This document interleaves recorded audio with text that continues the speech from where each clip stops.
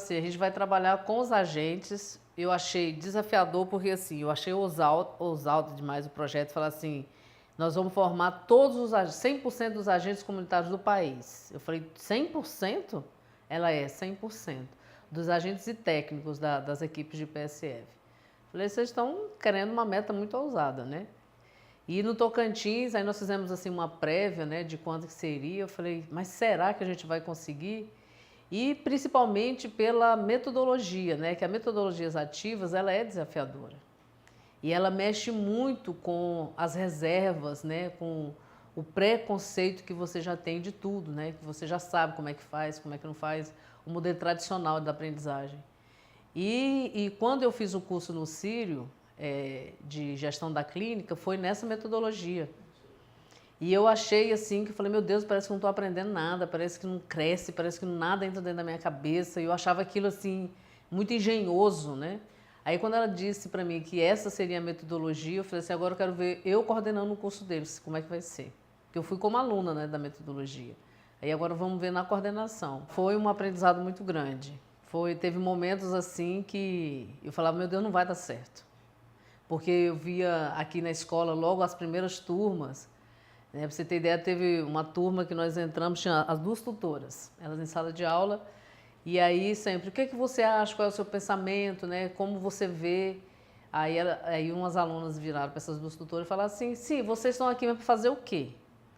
Porque vocês não falam nada, só a gente fala, só a gente dá opinião, vocês não ensinam nada, vocês não fazem nada, vocês são pagas aqui só para ouvir a gente? Então por que não paga só uma? Por que tem que pagar duas?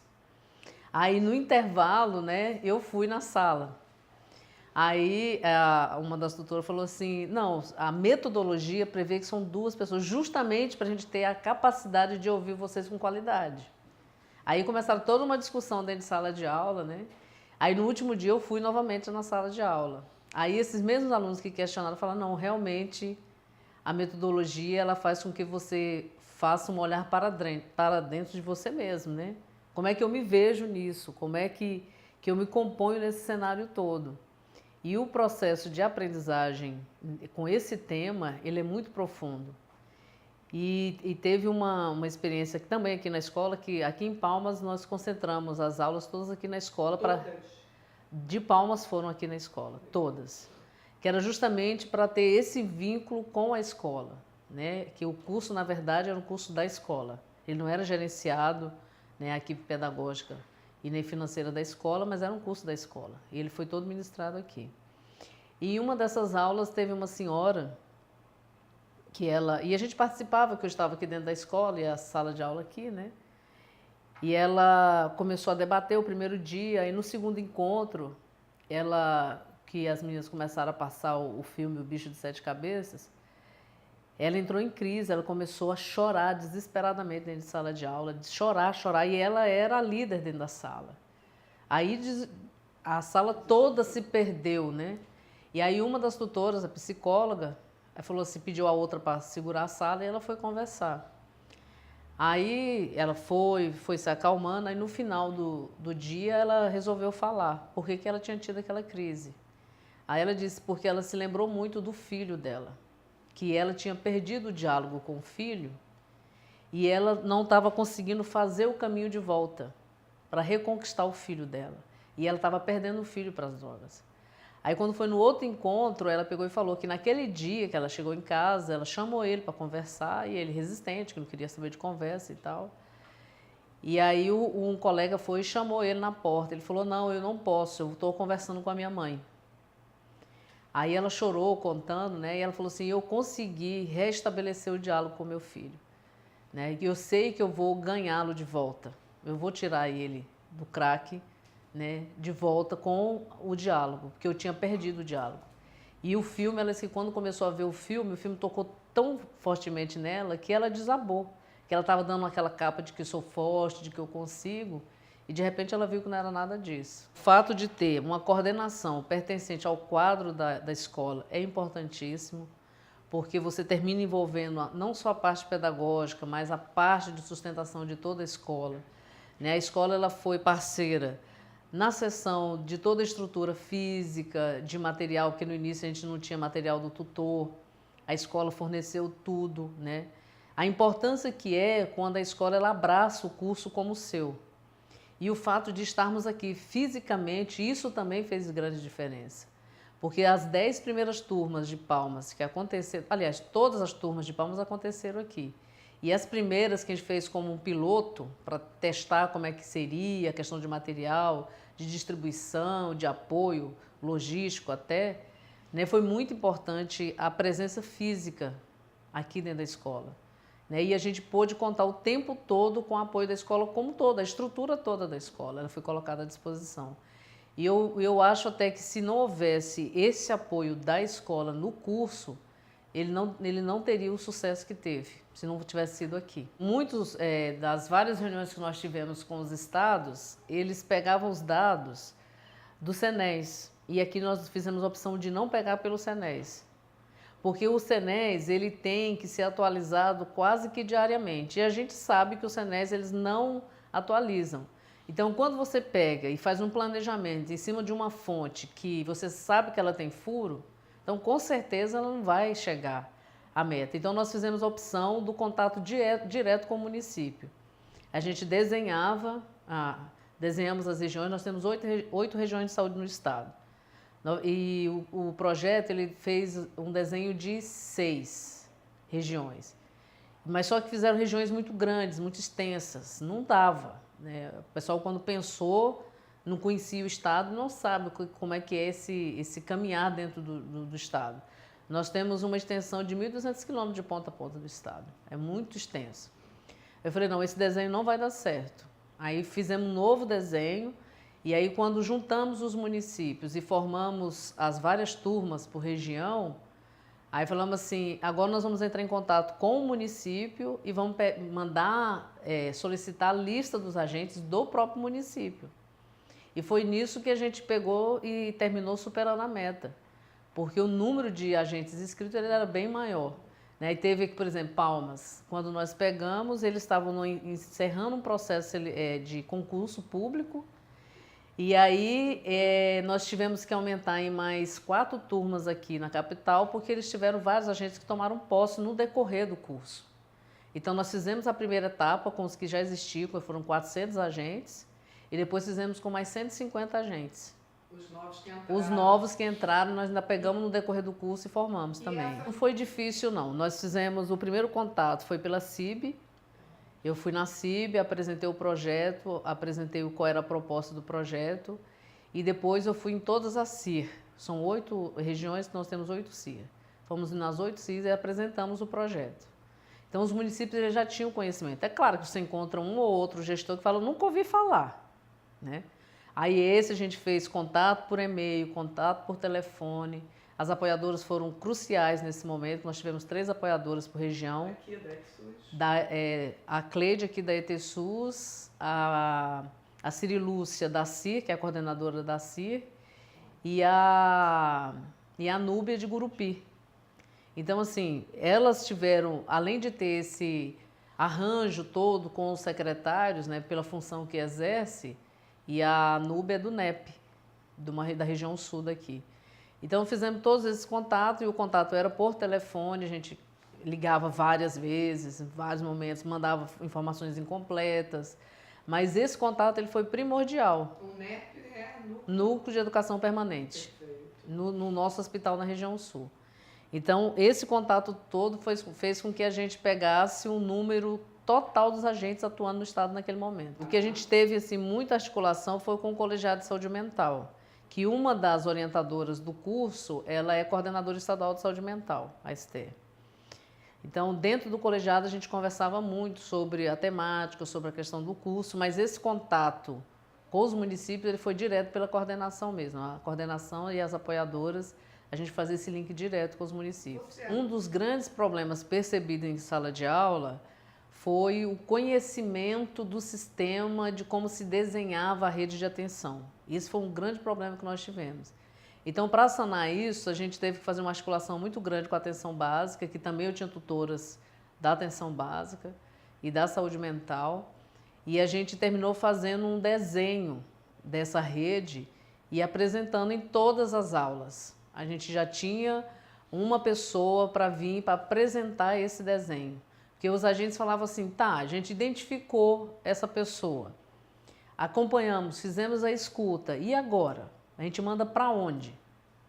Aí a gente fez o desenho do território, como é que no Tocantins a rede ela se compõe.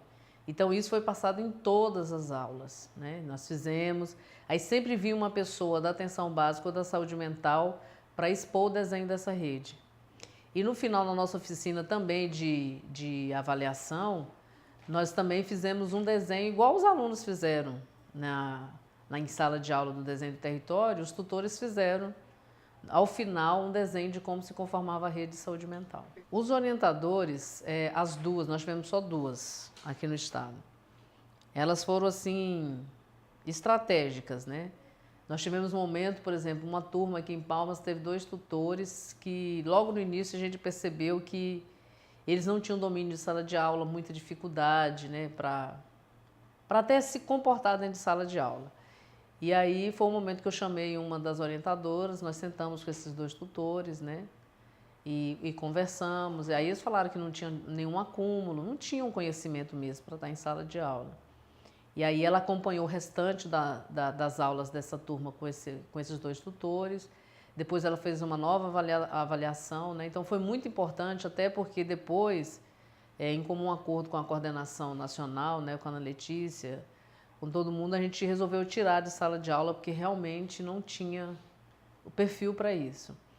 E uma das coisas que eu achei complicado no processo de avaliação, que eu participei da oficina de formação dos tutores, eu participei dos orientadores e dos tutores, né? E no processo de avaliação, você tinha avaliação de um trabalho que eles faziam, né, escrito, e do comportamento na oficina, durante toda a oficina.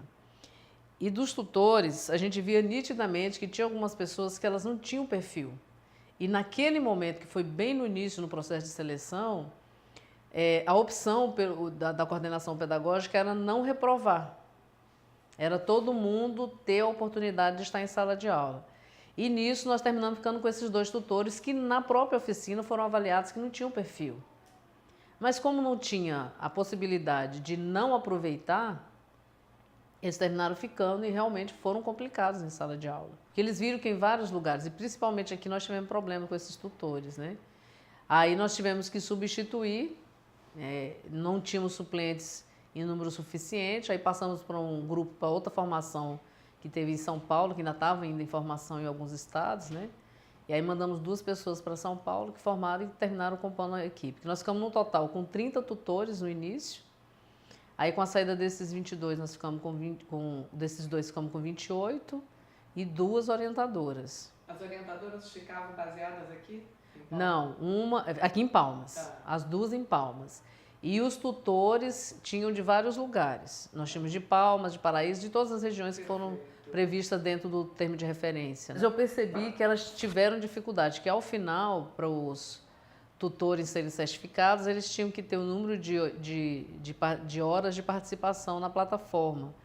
E elas colocaram, a gente se reuniu alguns momentos, e elas colocaram a dificuldade que alguns alunos tiveram, não participavam, não entravam, tinham dificuldade realmente de participar. E aí a gente via pelo material escrito que eles mandavam os casos, né? Toda aula tinha um caso relatado, mas eles não conseguiam entrar na plataforma e colocar. Mas conseguimos formar todos os nossos tutores, eles tiveram a certificação de formação, todos eles. As 2 orientadoras também tiveram avaliação, né? Então, assim, dos tutores, no processo final, até de utilização da plataforma, da comunidade de prática, alguns com alguma dificuldade, mas ao final todos conseguiram a certificação, que era o número de horas necessárias. Sim. E muito interessante é a plataforma usada pelo GHC, né? Que é o Workflow. Muito boa, muito fácil de manusear, você conseguir acompanhar em tempo real, né? Aquele de ficar vermelhinho, e todo mundo, para mim tá vermelho, gente, pelo amor de Deus, depende de você, não sei o quê. Tem 3 dias que tá vermelho para mim. Então, assim, seu prazo venceu. Então, é uma ferramenta muito boa de acompanhamento, né? Ótimo. De todas as etapas do processo, foi muito bom. A gente patinou muito no início, né? Aí manda para cá, conserta, manda o número de aluno, até fechar esse fluxo todo, a gente apanhou um pouco, mas a ferramenta ela foi muito facilitadora desse processo. No início foi meio difícil, o tempo, né, esse gap que tinha da solicitação do material para o material chegar aqui. Uma outra estratégia que a gente escolheu também aqui, de concentrar toda a recepção e distribuição do material na escola. Nós não mandamos material para nenhum lugar. Falei assim, nós vamos concentrar aqui, então vinha tudo em meu nome aqui para a escola, como eu estava aqui, eu recebi o material, né? A gente tinha uma sala aqui que a gente guardava, já fazia divisão das caixas por cidade, né? E as caixas dos tutores também eram concentradas aqui. Aí a gente fazia a distribuição, o motorista da escola levava quando era fora, né? Era em outra cidade, a gente despachava pela van, mas tinha uma pessoa responsável de receber, de buscar. Então, nós não tivemos extravio de nenhum material. E o que foi sobrando das turmas, que aluno que desistia, o que faltava, a gente conseguiu reunir. E na época da política, foram poucas as turmas que ficaram sem material, porque a gente conseguiu guardar. E aí, no final... A política foi eleição e não podia distribuir material. E aqui nós ficamos com 2 ou 3 turmas sem material, porque a gente tinha material guardado que a gente ia controlando. Então, no final da turma, o tutor trazia o relatório. Quantos alunos? Do 40 foi 38, eu preciso de 2 kits de material comigo, porque foi o que sobrou. Então, a gente conseguiu juntar esse material para 3 turmas, praticamente. E esse nosso controle permitiu que, ao final, nós fizéssemos uma doação, o projeto fez uma doação para a escola, do material excedente, que daí para umas 3 ou 4 turmas do material que sobrou. Então, não tivemos perda de nada, de nenhum material. E a contratação da alimentação também. O projeto pagava, né, praticamente à vista a alimentação, mas a gente tinha o nosso controle. Então, das grandes cidades que tem como você aproveitar para a escola, que nós aqui da alimentação aproveitamos para a escola o crédito, né, para fazer coffee break, para outros eventos. E as cidades onde tem restaurantes que são maiores, também aproveitamos o crédito e passamos para a Secretaria Municipal. Porque a gente sabia quanto que tinha de saldo. Eu tenho tanto de saldo, então eu quero. Então agora passando para a Secretaria Municipal, a Secretaria, se precisar, ela vai te procurar e você vai fornecer nesse material. Então nós tivemos um controle muito a miúde mesmo de toda essa questão do gasto do projeto aqui dentro. Nós temos aqui algumas regiões com características bem particulares. Nós temos uma região do extremo norte do estado, que a gente chama do Bico do Papagaio, que ela fica a 750 quilômetros daqui. É um dia de viagem de carro para chegar lá. Então, para chegar nessa região, nós pegamos um tutor aqui de Palmas, que na época fizeram o processo seletivo só de 2 para lá, e 2 não daria conta daquela região de forma alguma. Aí nós pegamos um que ficou como suplente, mais um da região de Palmas, que na época dava para sair porque era suplente, e formamos 2 equipes lá, 4 tutores. Aí nós dividimos essa região em 2, porque o projeto previu em uma só, não dava. Aí colocamos 2 regiões. E aí eles conseguiram cobrir essa região e fazer dentro do prazo, que se ficassem com 2 tutores, a gente ia levar o dobro do tempo que levamos para poder formar na região. E é uma região difícil. E de lá nós só tínhamos 2 tutores que residiam lá. Um residia numa região próxima e o outro era aqui de Palmas. Aí depois refizemos essa logística, o daqui de Palmas nós trouxemos para Palmas, e redividimos só com os 3 de lá, porque estava ficando um alto o deslocamento dele, mas no início era necessário, ele está na região de Augustinópolis. Inclusive, um dos maridos de uma das tutoras, ele que tocava violão em todas as aberturas, que cantava o Maluco Beleza com a turma, então ele até recebeu um certificado da escola, nós demos um certificado de participação, porque ele participou de todas as aulas, né? Toda a aula de abertura ele levava o violão, ele cantava, no encerramento ele levava o violão, ele cantava. Então você vê que houve um envolvimento até da família de alguns tutores, né? Teve uma tutora aqui de Palmas que ela viajou também para uma região próxima, que o marido é que levava as 2 tutoras, ela e a outra tutora, e ele terminava participando, ajudando a distribuir o material, né, na dinâmica da teia, e participava também, né? Então ele fala assim que envolveu até os maridos na história. E outra região que teve assim uma questão bem particular foi a região do Jalapão, porque é uma região de difícil acesso, ela não é longe, né? Porque você contar aí 230, 300 quilômetros é muito perto, mas o acesso é muito difícil. E lá ficaram três municípios, Rio Sono, Lizarda e Mateiros. E São Félix, 4. E aí a gente conversou com os gestores e eles falaram, ó, não tem condição, são 150 quilômetros de estrada de chão até um lugar mais próximo, então nossos agentes não vão participar. E todos são de área de zona rural. Então 150 da cidade para ir para a próxima cidade. Então se contar quem vem ainda da zona rural, era mais distante ainda. Aí nós fizemos a opção de mandar um tutor para lá. Aí a tutora que aceitou ir foi a Maria Dinei. A escola cedeu o carro, que também não dá para ir de ônibus, não tem acesso dessa forma. Então o carro saía cedo, levava ela, né, com o material. Aí nós condensamos em dois dias seguidos para poder otimizar a ida. Então ela fez o curso todo lá, né, ela fez turmas de 20 alunos. Nós também dividimos mais para não ficar muito difícil, né, e muito grande a turma, e o fato de uma tutora só, que não conseguimos 2 tutores. Aí ela foi e nós condensamos em 2 dias seguidos a aula. Ela foi 3 vezes para essa região lá, para fechar uma turma, né? E ela fez 2 dias, então ela fazia um dia uma turma, no outro dia ela fechou, na verdade, 2 turmas, né, em dias seguidos, numa mesma viagem. Então foi uma das regiões que nós tivemos assim a maior dificuldade de acesso. Foi lá e Araguacema, que é uma região aqui que fica próximo do Rio Araguaia. A distância são 230 quilômetros daqui lá. Só que a estrada muito ruim, muito ruim.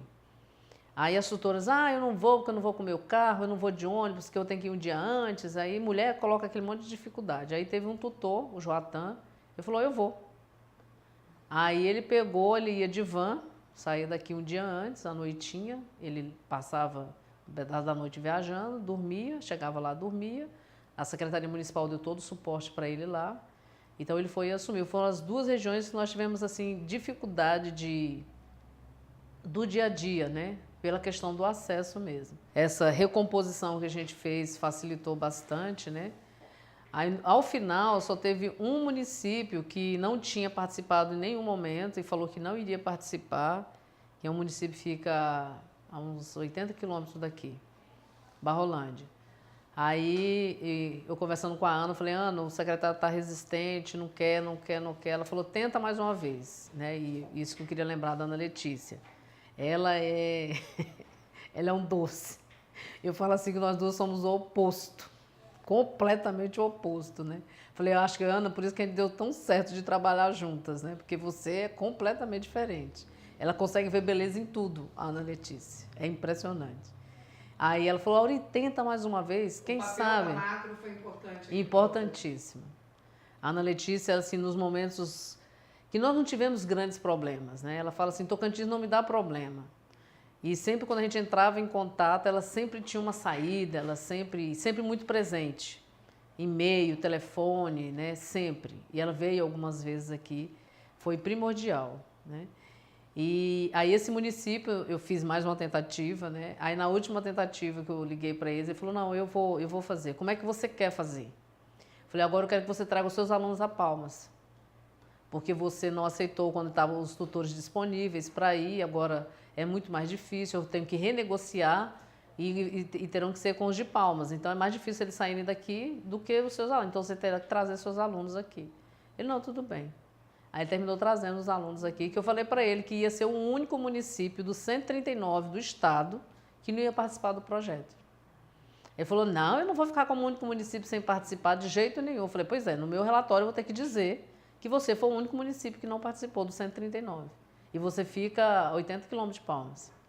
Aí fechou, ele terminou participando, os alunos vieram, fizemos a última turma aqui na escola, né? E terminando formando. Então, assim, o papel da macro, da Ana Letícia, foi primordial. O que eu senti, assim, não foi de falha, mas eu acho que faltou uma presença mais atuante, foi do Ministério. O tempo todo, quem não estava participando desde o início da concepção do projeto, de como ele estava se dando, achava que o projeto era uma coisa isolada do GHC, que não tinha nada, nenhum vínculo com o Ministério. Que o Ministério ele foi muito pouco presente nesse processo todo, né? Nós tivemos, no início aqui, nós fizemos webconferência para poder divulgar também, eu esqueci de falar isso. Bem no início, nós fizemos uma webconferência com todos os municípios do estado, dizendo do projeto, dizendo da proposta, falando. Depois fizemos várias teleconferências para evitar viagens com a equipe do GHC, né, com a Macro. E a gente sempre teve essa interlocução muito boa com o pedagógico, com a coordenação Macro, mas o Ministério eu senti que ficou falho a presença do Ministério. Vocês fizeram encerramentos também, né? Certificação. Fizemos o encerramento. A escola mandou imprimir todos os certificados na gráfica e aí as apoiadoras, cada uma da sua região, ficou responsável de imprimir. A escola cedeu o computador e impressora. Além da confecção do certificado, nós fizemos 5.000 certificados. Aí elas imprimiram e nós fizemos a distribuição para todos os municípios já com o certificado. Então o aluno não vai precisar entrar na plataforma e imprimir. Nós fizemos o pacotinho e mandamos para a Secretaria Municipal para ser entregue para o aluno lá na escola. O caminho ele me fez repensar alguns conceitos que eu já tinha, alguns preconceitos que existiam mesmo, né? A gente fala que não, mas existem sim. Quando a gente fala assim no usuário, né, no dependente, você fala, porque não tem força de vontade, era a visão que a gente tinha, porque não tem força de vontade, porque não luta, né, porque não quer fazer. Não é. Realmente, hoje eu percebo assim, que é uma doença e, acima de tudo, é uma doença a falta da escuta. Porque se você tem esse processo da escuta generosa com o outro, você consegue construir caminhos, né? E o projeto, diante de todas as experiências, nós tivemos aqui agentes que são usuários, que estavam participando do curso, que chegavam e falavam, como é que eu vou ajudar o outro se eu não estou conseguindo me ajudar? E esse processo da escuta ele foi feito dentro de sala de aula. Então isso muda a sua forma de ver as coisas e a forma de perceber o outro também, né? E construir caminhos de volta é muito difícil, né? Não é fácil. Igual quando eu lembro de algumas mães, né, que veio um agente comunitário que participou da formação e depois ela veio dar um depoimento dela em uma outra turma, já uma senhora, e ela falando como é difícil você construir. Aí você olhar para aquela senhora e dizer, porque é falta de vontade dela se livrar do vício, não ser dependente, é no mínimo desumano falar isso. Então, o legado que o projeto deixou foi esse de você conseguir olhar para os conceitos que você já possuía e ver que você pode reconstruí-los, que você pode refazer, quando você olha para o outro, quando você escuta o outro. A escola deixou um novo desafio, né? Nós discutimos em uma oficina, né, na possibilidade de dar continuidade ao projeto para o restante da equipe do Saúde da Família. Fizemos já 2 oficinas para discutir isso e com a nova direção da escola, né, isso já ficou como uma coisa a ser discutida internamente, né, de ver a viabilidade, de dar continuidade. Nós discutimos com os tutores em uma oficina de qual seria esse público-alvo.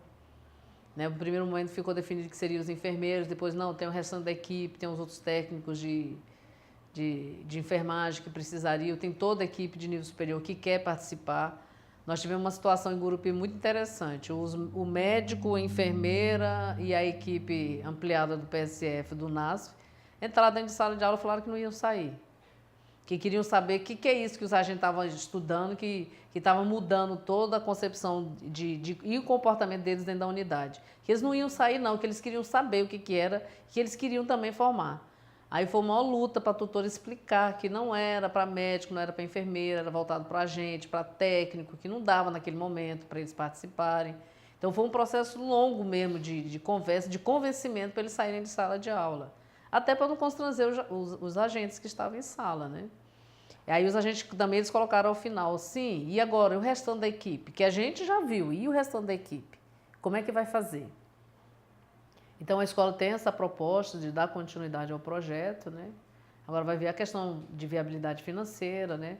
Porque em termos de metodologia, né, isso já está bem definido. Nós tivemos uma oficina aqui de avaliação, que a coordenação pedagógica da escola participou e pegou bem essa questão da metodologia, né? E fizemos até proposta de reformulação do caderno, de texto, de tudo que a gente poderia refazer se fosse de nível superior, o que a gente iria mudar de proposta e de texto dentro do caderno. Então, se a gente definir, vai tocar o projeto, a gente já tem todo o caminho de como que vamos fazer. O que a gente vai mudar, o que a gente vai implementar, né, e que vai alterar para esse novo grupo que vai participar da formação. O projeto ele trouxe até algumas sugestões para o nosso processo de trabalho da escola, né? Eu falo porque eu faço parte da escola, estou na secretaria, eu faço parte.